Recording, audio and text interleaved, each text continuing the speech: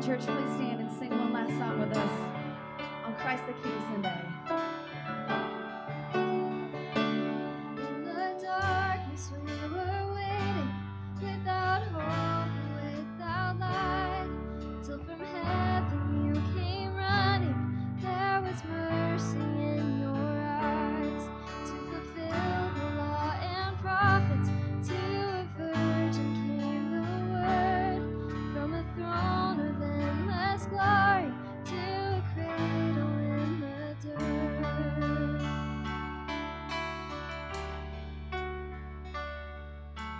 Praise the Father, praise the Son, praise the Spirit, in one, God of glory, majesty, praise forever to the King of Kings.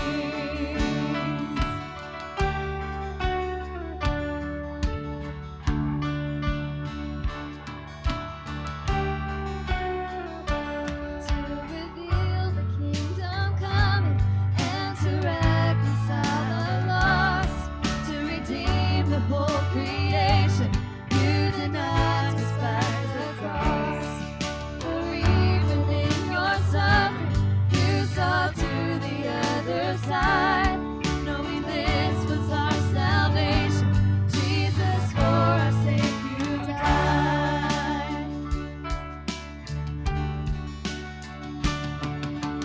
Praise the Father, praise the Son, praise the Spirit, three in one, God of glory, majesty, praise forever to the King of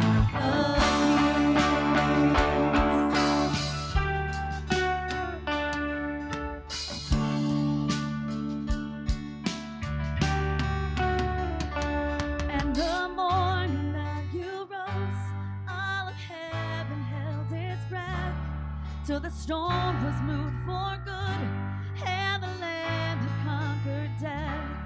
And the dead rose from their tombs, and the angels stood in awe, for the souls of all who'd come, for the Father are restored.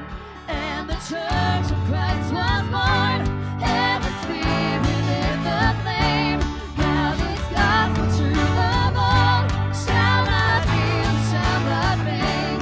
By His blood, by His name, in His freedom I am free. For the love of Jesus Christ, who has resurrected me.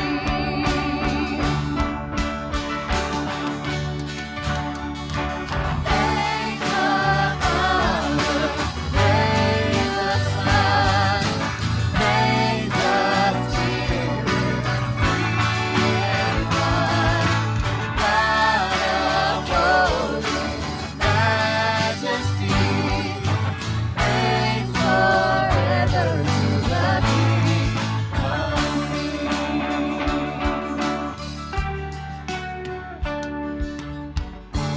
Forever to the King of Kings.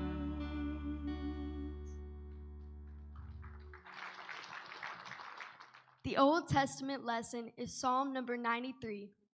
The Lord is king, he is robed in majesty. The Lord is robed. He is girded with strength. He has established the world, it shall never be moved. Your throne is established from of old, you are from everlasting. The floods have lifted up, O Lord, the floods have lifted up their voice. The floods lift up their roaring. More majestic than the thunders of mighty waters, more majestic than the waves of the sea, majestic on high is the Lord. Your decrees are very sure, holiness befits your house, O Lord, forevermore. This is the word of God for the people of God. The Lord is king. He is robed in majesty. The Lord is king. He is robed in majesty. when we hear this proclaimed by the psalmist, and when we try to feel it in the depths of our being, I can't help also to think, what was the psalmist considering? What is it that the psalmist was trying to articulate that very moment when this was penned? What was it that the psalmist was trying to communicate to his audience about who God was to him? What was trying to be shared? What was trying to be felt? What was trying to be laid upon the hearts for everybody to consider the greatness and the vastness of who God is?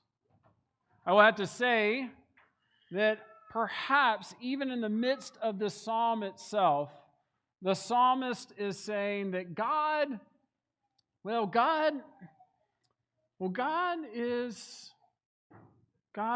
is indescribable. The majesty of God is so hard to put into particular words or to particular phrases, particular sentences and paragraphs, where this psalmist is saying, yes, the Lord is king and he is robed in majesty, and there's so much more. There's so much more to what God is. So much more to who God is within our community, within our very lives, to within our very joys and to our struggles and to everything. And the psalmist is there perhaps just fumbling, trying to get the right word and knowing that at times there's really not the right word to say. It's a struggle. It's a challenge. There's nothing wrong with that. It's a beautiful struggle. It's a beautiful challenge. Have you ever had in your life in a situation where you are at loss for words? Where the moment is so profound, the moment is so breathtaking that you are sitting there thinking, this is simply indescribable. Let me take you to Presbyterian Hospital, as some of you might know it, but we know it as Novant now. We're sitting up in the 8th floor, looking over the cityscape, and I am holding our firstborn son, Carter. And as I sit there and I hold him, there are no words that can come to the feeling that I have. Holding that new life is indescribable. I could fumble around. I could try to write something eloquent down, but often in that moment, I reflect back and just continue to say, wow. Wow. 16 months later, after that bundle of joy joined our life, his sister was born, Cameron, and I held her. And guess what? The same feeling. It's indescribable. You can't quite grasp the right thing to say. It's just a moment you're like, goodness, this is incredible. Many of you may have felt that holding a child, your own, a friend's, a relative's, seeing and understanding the gift of what that life is for the family. You don't quite have the right words to express. And to be sure, on the other end of life, there's the same feelings that can arise. Where you're sitting in the cold, quiet evening of a hospice room or a hospital, and you're watching your loved one take those final breaths, struggling. You are, and they are entering into a place of peace. And you want to put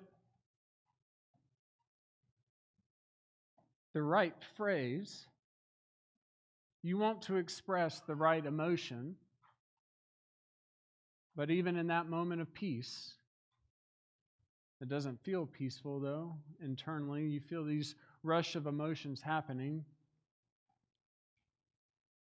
It's indescribable.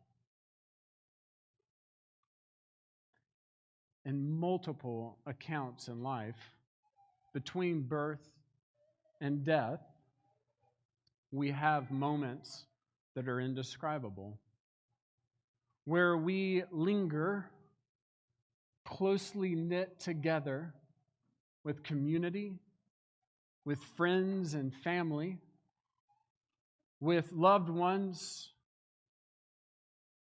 stitched together upon the great majestic robe that is of God, clamoring for the right words to claim in these life moments. In our culture, in a world that always wants to have something attached to something, some words or labels or identifiers put upon a life experience, always to have the right quip to put up on social media or in an email or a text or a phone call. The thing that we as people of faith have to lean onto and into is the presence and the assurance of God's love. Christ the King, Lord of Lords, the indescribable one, is with us always. We just heard it sung. The defender, the supporter, the one who is always with us. And in those moments of those thin places where we can't get words, we have to pause ourselves. Take the deep breath. Slow ourselves down and be quite okay with not having the right words. For us to feel the depth of those moments. For us to embrace the majesty that is God, that is in those very moments. And a tender and compassionate, life-giving, and yes, life-taking location of our life. And then that's okay. I think so often we don't give ourselves permission or access to be in those places where we don't have the right expression, and we fumble around trying to get it so it'll be just right, where in fact the just right moment is being in awe of God's presence that is happening, to being in awe of the quiet, be awe of the consistent, to be in awe of the persistence of God with us. This Sunday, as Christ the King Sunday, this Sunday where we remember who Jesus is within our lives, who we are called to be as Christ followers, it helps us reorient our hearts. It helps us reposition our minds. It helps us re-attentive our perspective onto what Jesus is doing in and through us, in and through our neighbors, in and through our church. So that when we are going out beyond our walls here at this church, when we are within the walls of this church, when we are within the presence of everybody that we come in contact with,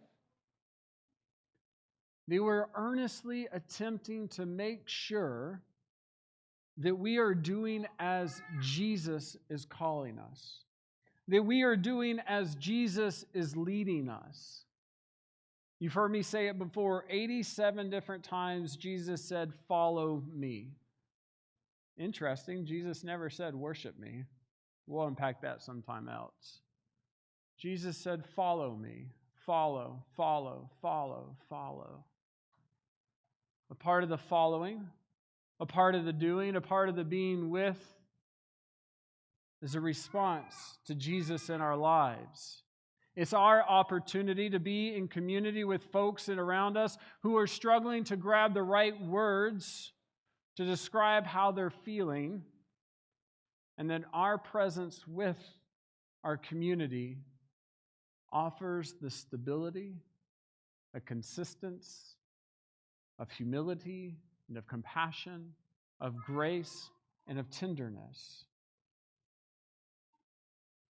Whereas the world so often wants us to control. Our world wants us to manipulate. Our world wants us to take the direction. Our world wants us to lay out the plan. Our world wants us to label, wants to name, wants to claim, wants us to move forward how we would want to do, and then we are tagging along and bringing Jesus with us. We're co-opting Jesus to be what we think Jesus should be, or what God should be in our perspective.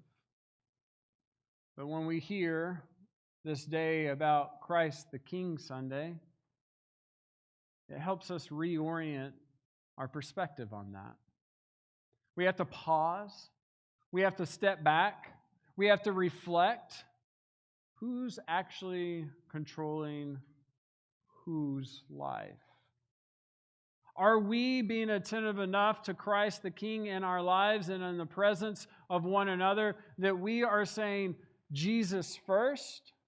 Jesus is lording the words that I'm about to say. Jesus is lording the actions I'm about to take. Jesus is lording the decisions I'm going to make as a family with our finances, or decisions we make with new jobs, decisions we make in times of grief, decisions we make with accepting college applications. Is Jesus being put in charge? Are we willing Jesus to truly lord and be the King of Kings in those places? Or are we trying to twist it around and say, no, Jesus, let me tag you along and let me use you when I need to use you? Whereas Jesus wants us to be used by Jesus, so that we are following Jesus, so that we are attentive to what the majesty of God is happening through us and with us.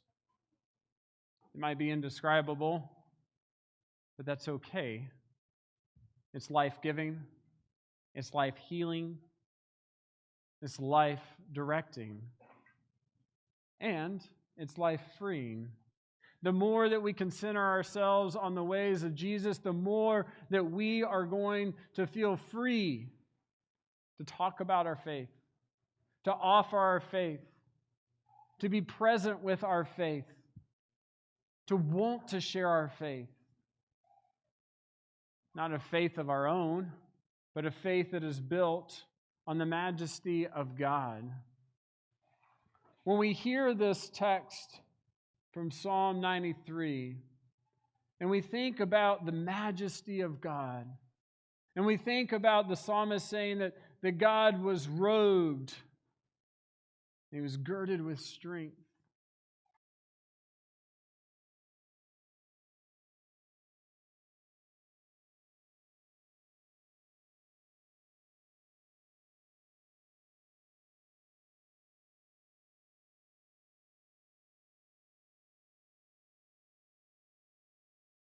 Really loud.